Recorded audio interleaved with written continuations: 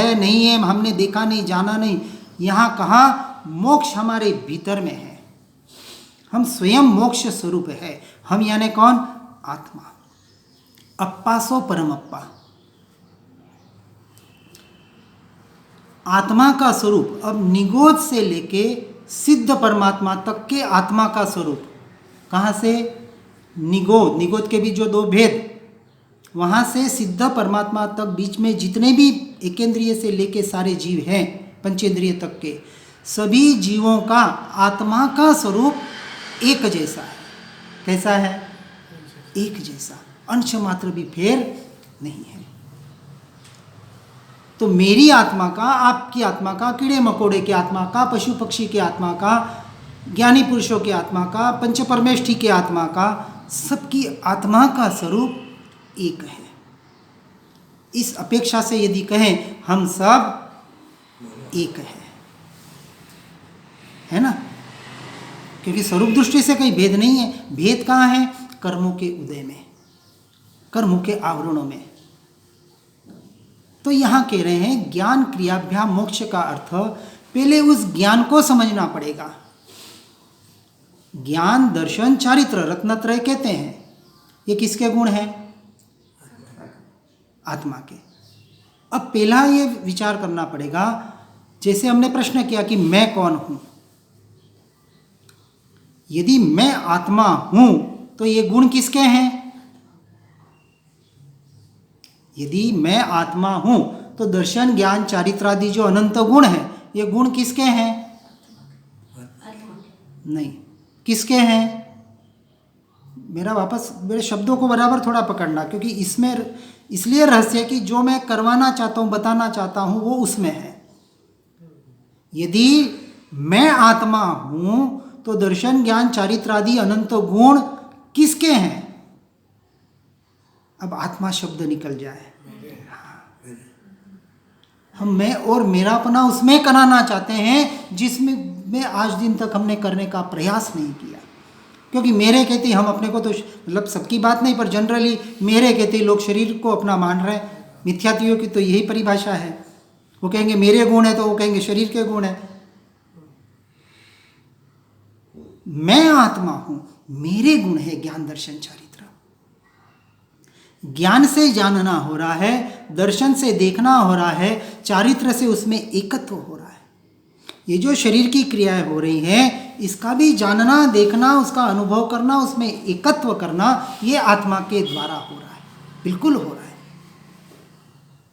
लेकिन अज्ञान दशा में यह जीव आत्मा इस पुद्गल को ही मैं मान बैठा है, तो उसकी क्रिया को मेरी मान रहा है। मानेगा ना? अब भूख लगी, भाई मुझे भूख लगी। कोई कहेगा तुझे कहाँ भूख लगी? कोई निश्चयाभासी होते हैं, ऐसी बातें करते हैं। अभी आत्मा है तो आत्मा को भूख लगती नहीं। व्यवहार निश्चय बराबर समझना है, कहाँ कौन से शब्दों का कैसे प्रयोग करना। कहीं भी शब्दों का कैसे भी प्रयोग नहीं होता है, व्यवहार में भी नहीं होता है, तो धर्म क्षेत्र में भी नहीं होता है। पर समझने के लिए उसकी गहराई तक जाना पड़ेगा। जैसे बात चली कि भूख शरीर में लग रही है, किसकी वजह से लग रही है? वेदनीय कर्म के उदय से। असाता वेदनीय कर्म का उदय है, तो भूख लगी। इसमें आत्मा क्या करे? कर्म का उदय आया, भूख लग रही है। लेकिन भूख मुझे लग रही है, ये जो मान्यता अंदर पड़ी है ना, इसको जड़ मूल से निकालना पड़ेगा। दो बात बताई ना, एक को भूख लग रही है और एक उसका अनुभव कर रहा है। ये भी अभी व्यवहार है, वास्तविक निश्चय में तो वो भी स्वीकार नहीं होता है, वो फिर आगे की बात है। अभी तो समझाने के लिए इतना काफ़ी है। वास्तविक आत्मा उसका भी अनुभव नहीं करता है, ये निश्चय कहता है। तो पहले थोड़ा व्यवहार को तो समझ ले, फिर निश्चय में जाएंगे। तो ये जो पुद्गल का परिणमन हो रहा है, मन वचन काया का परिणमन हो रहा है, इसकी जो जो क्रियाएं हो रही है, चाहे अशुभ हो चाहे शुभ हो, उसको आत्मा यानी कि मैं सिर्फ जान रहा है। क्या कर रहा है? जान रहा है। क्यों जान रहा है? क्योंकि ज्ञान उसका जो स्वभाव है, उस ज्ञान की पर्याय यानी उसको अवस्था कहा गया, उसका काम जानना, जानना, जानना और जानना है। निरंतर जान रहा है, हर समय जानने का कार्य आत्मा कर रहा है।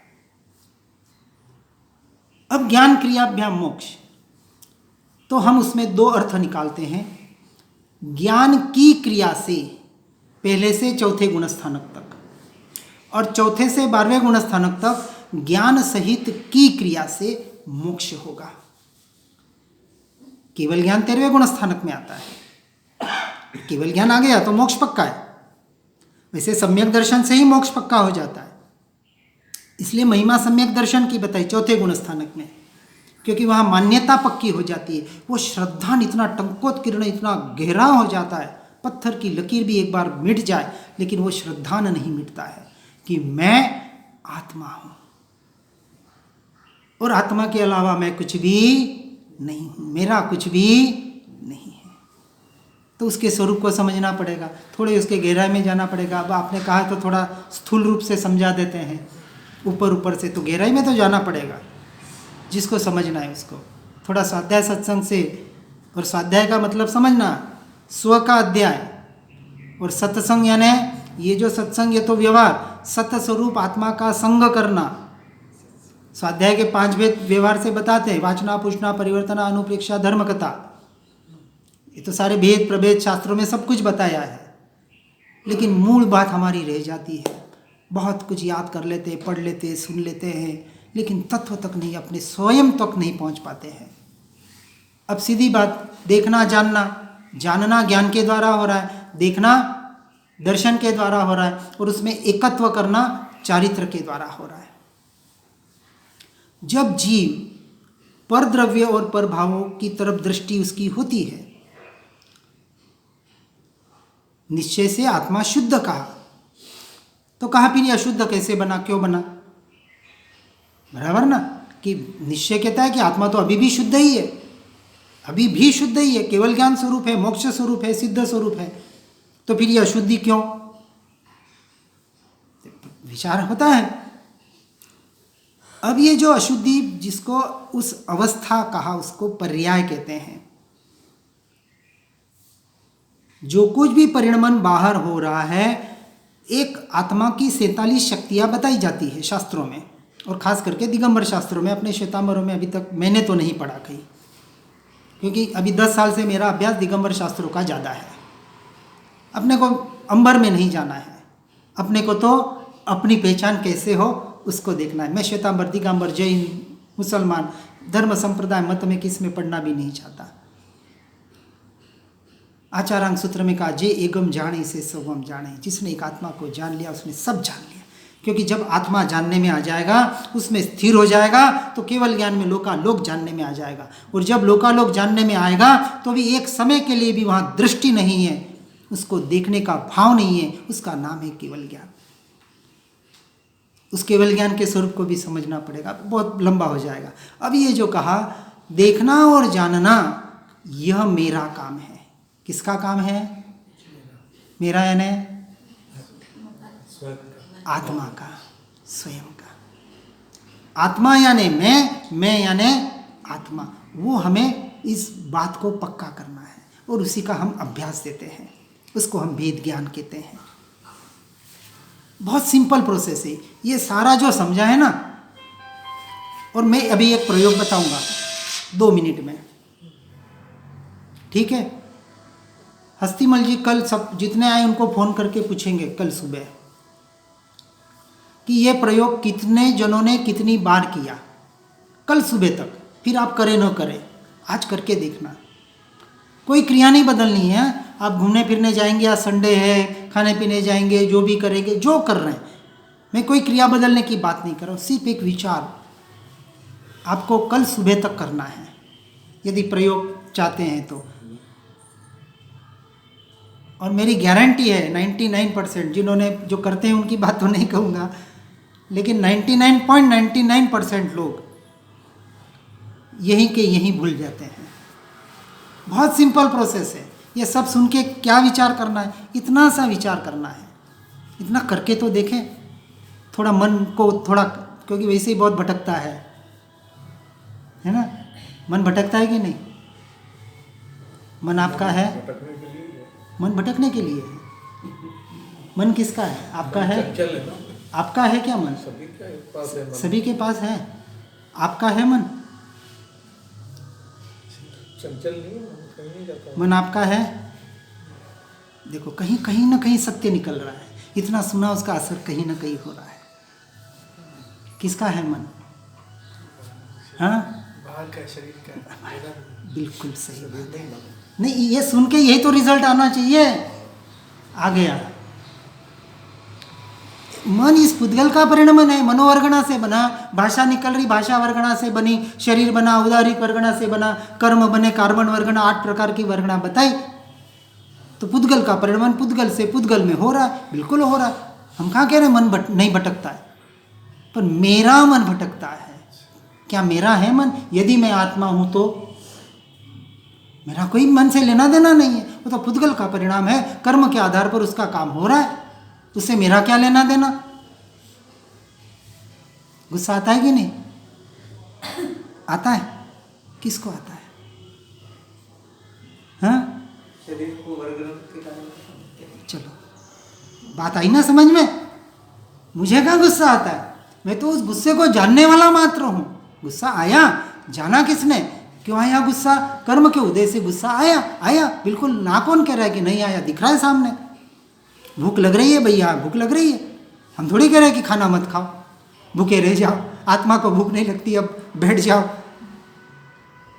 हम कह रहे खाओ। इसलिए मैंने कहा आप कोई क्रिया ना बदलें, अभी जो चल रही है अच्छे आपके जो भी अवस्था के अनुसार चलने दें। लेकिन हर क्रिया के साथ एक शब्द, आपको एक वाक्य जोड़ना है। इसको हम कहते हैं ज्ञाता दृष्टा भाव की क्रिया। कौन सी क्रिया? ज्ञाता दृष्टा भाव की। ज्ञान का स्वभाव ज्ञाता है, दर्शन का स्वभाव दृष्टा है। अब यह आत्मा की क्रिया आप चालू करेंगे। किसकी क्रिया? आत्मा की क्रिया। अभी मन बुद्धि के लिए ऊपर ऊपर होगी, विकल्पों से होगी, बाहर बाहर की होगी। लेकिन अब आप दो को दो स्वीकार करेंगे इस क्रिया के, इस एक विचार के माध्यम से। आज दिन तक हम नहीं कर रहे थे। मैं खाता हूं, पीता हूं, उठता हूं, बैठता हूं, चलता हूं, सब करता हूं, मैं करता हूं।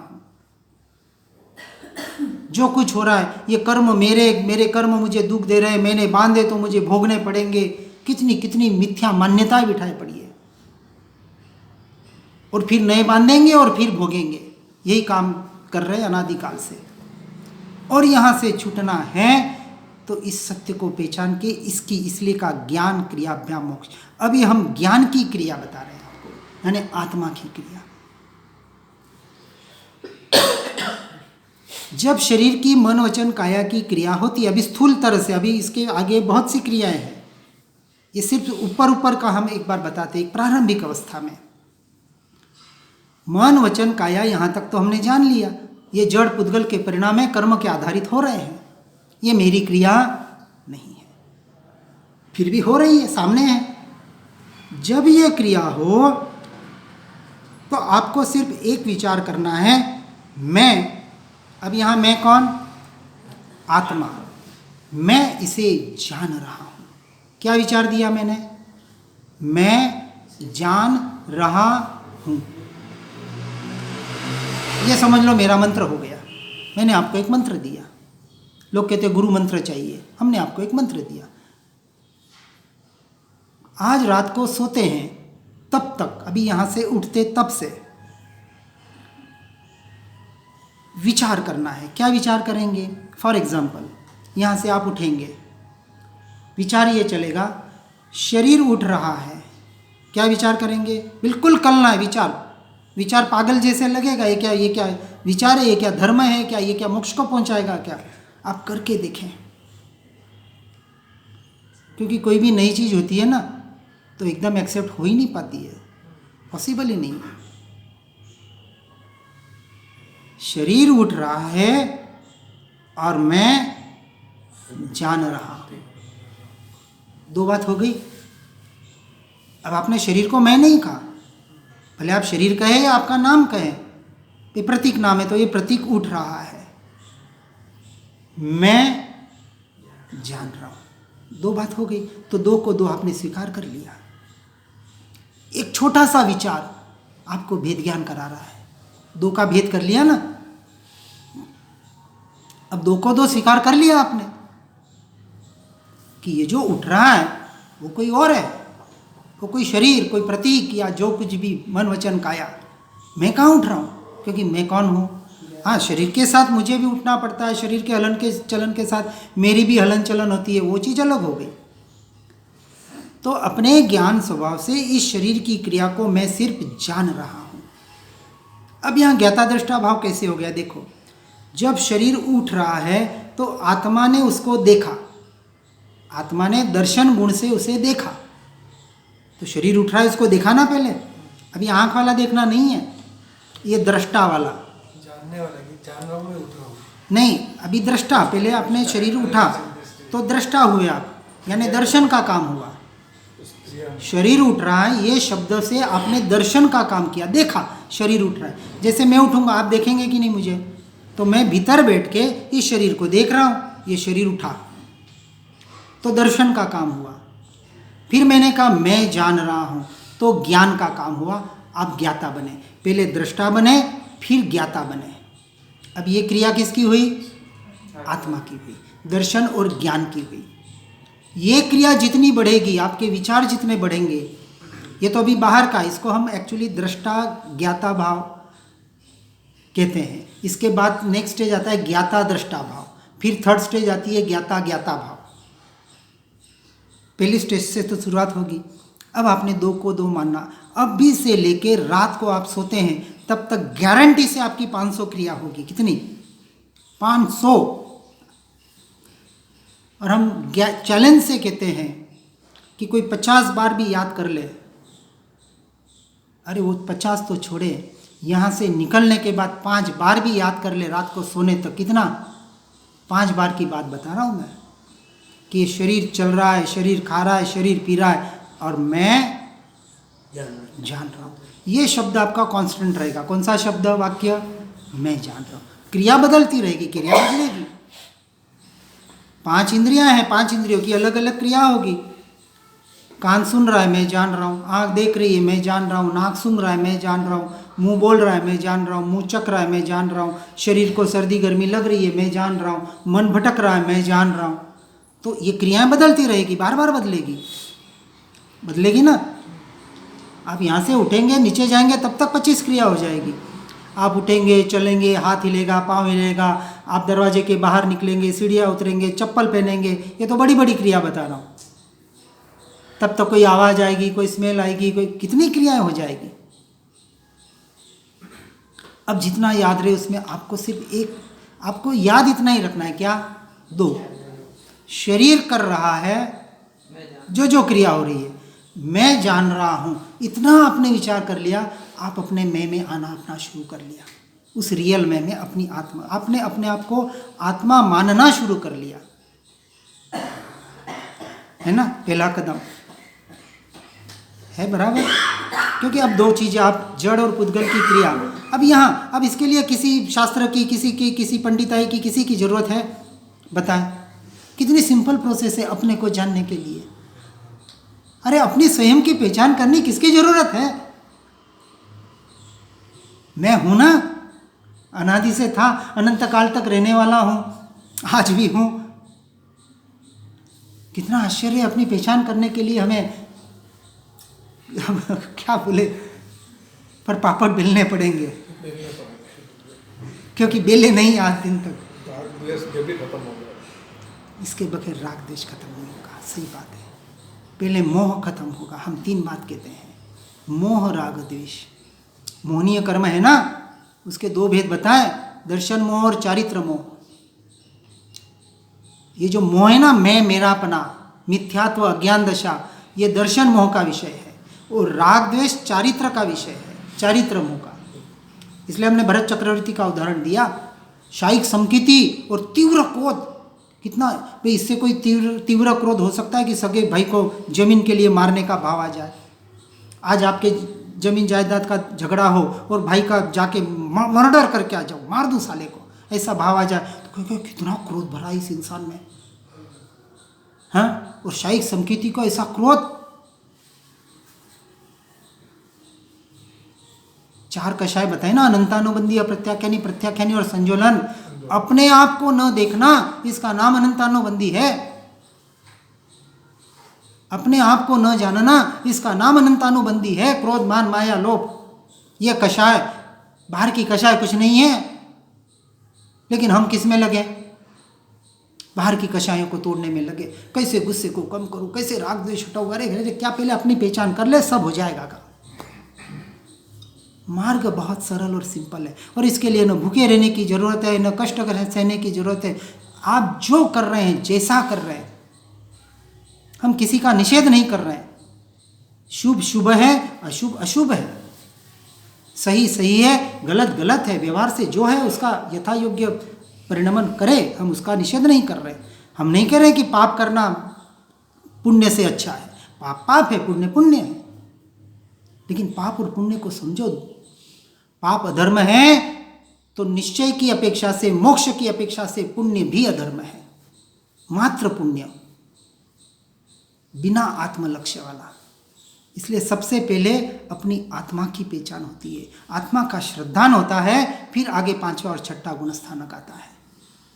फिर उसमें देशवीरति, सर्ववीरति, जो कुछ भी हम कहते हैं। थोड़े 2 मिनट और लूंगा। आश्रव कर्म आ रहे हैं ना, उसके 5 द्वार बताए ना, मिथ्यात्व, अवीरति, प्रमाद, कषाय और योग। देखो एक एक गुण स्थानक है ये। हाँ, चौथे में मिथ्यात्व जाता है, हाँ, 5वें 6ठे में प्रमाद जाता है, 7वां अप्रमत्त दशा बताई, ये सॉरी 5वें 6ठे में वीरति आती है, प्रमाद 7वें से जाता है, बराबर। कषाय 13वें में जाती है, और योग 14वें के बाद जाता है, अयोगी केवली यानी सिद्ध परमात्मा। तो एक एक गुण स्थानक बताया। तो चौथे में क्या जाएगा? पहले मिथ्यात्व। ये मिथ्यात्व, अपने आप को शरीर मानना। ये जैन मानना तो बहुत आगे की बात है। तो शरीर है इसलिए जैन माना, फिर जैन में श्वेतांबर दिगंबर माना, फिर जो माना, ये तो बहुत आगे की चीज़ें हैं। मूल पे हम बात कर रहे हैं। अब हम काम किस पे कर रहे हैं? वीरति पे कर रहे हैं।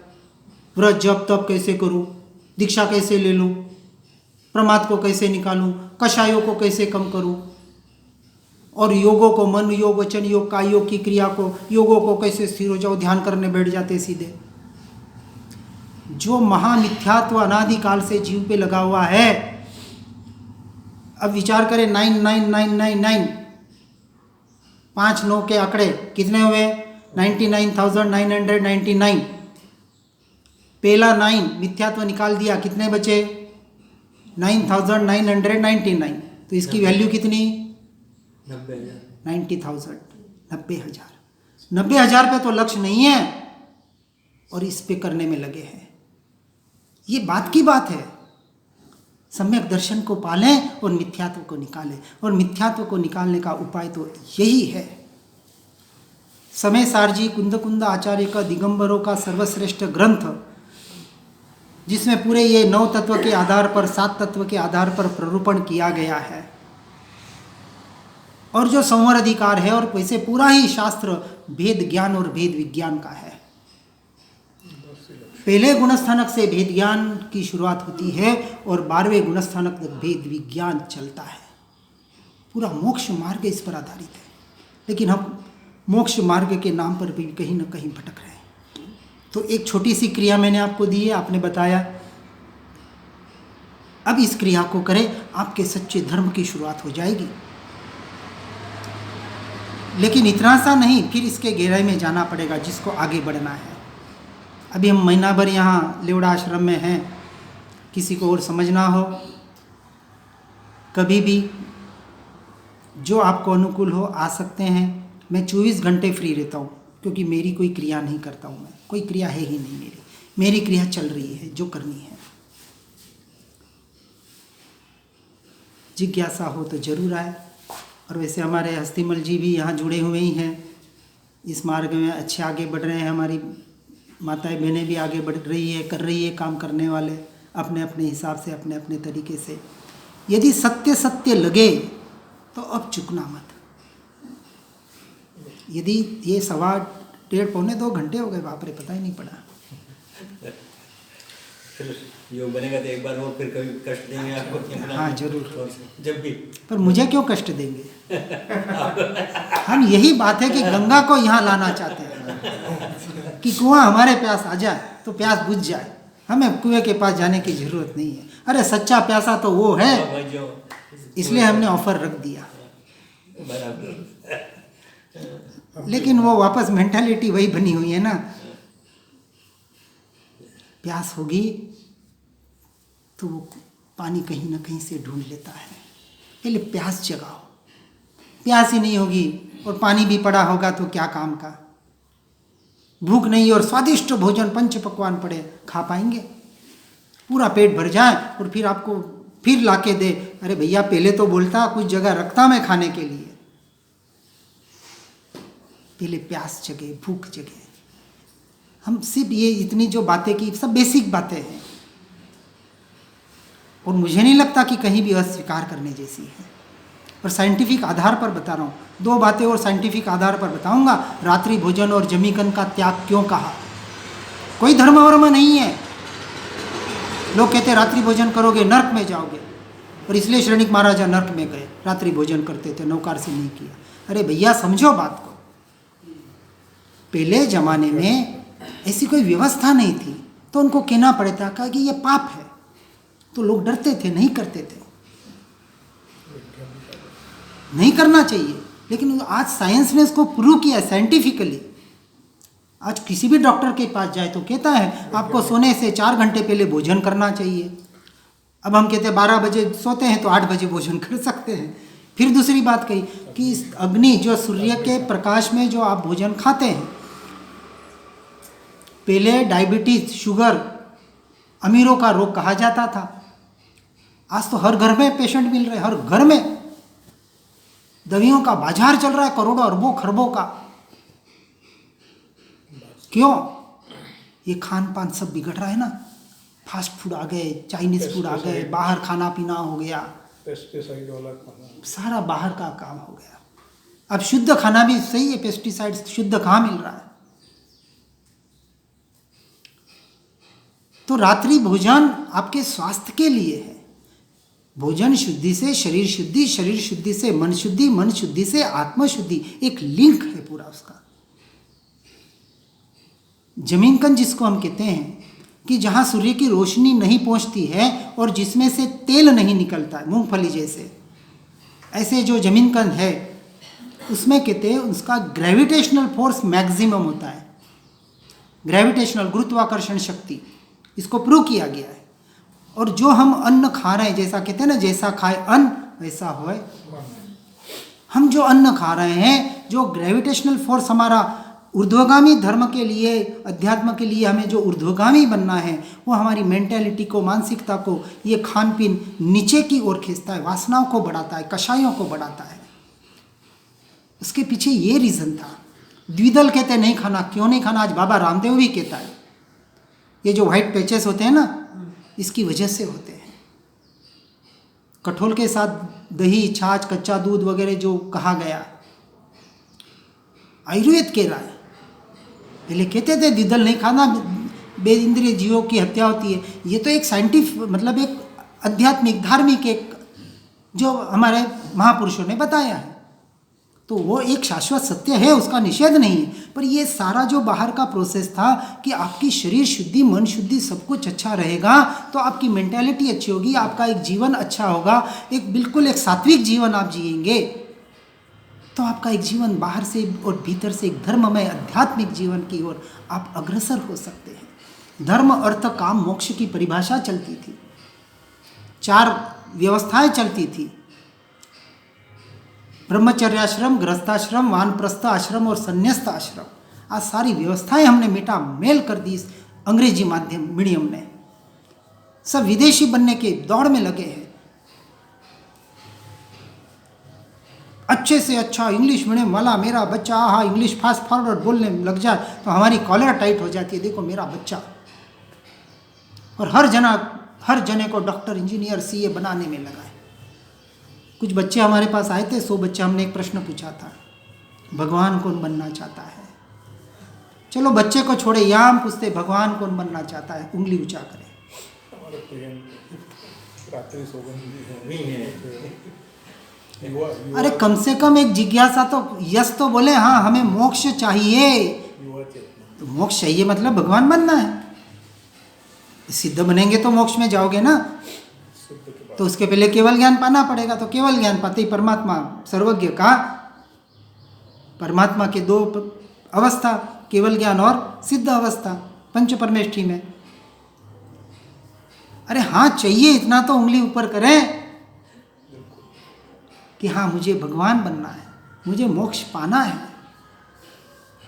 और पाना है तो फिर उसकी गहराई में जाना पड़ेगा। बाहर बाहर से जिस धर्म के नाम पर मैं अपने जीवन के आधारित ये बोलने का मतलब गारंटी से इसलिए बोल रहा हूँ कि जो धार्मिक क्रियाएं सामायिक प्रतिक्रमण इतनी शुद्ध अर्थ सूत्र के साथ करता था, एक एक फोटो मेरे आंखों के सामने आज नमुत्थनम का सूत्र बोले, वंदितु बोले या जो भी सूत्र, एक एक फोटो के साथ मेरा प्रतिक्रमण होता था। क्योंकि तब तक वही सीखा था कि शुद्ध से शुद्ध भावों के साथ प्रतिक्रमण करना है, सामायिक करनी है। ये अध्यात्म पता नहीं था, व्यवहार निश्चय क्या होता है पता नहीं था। घर देरासरे सब कुछ करते थे। 2010 के बाद यू टर्न हो गया,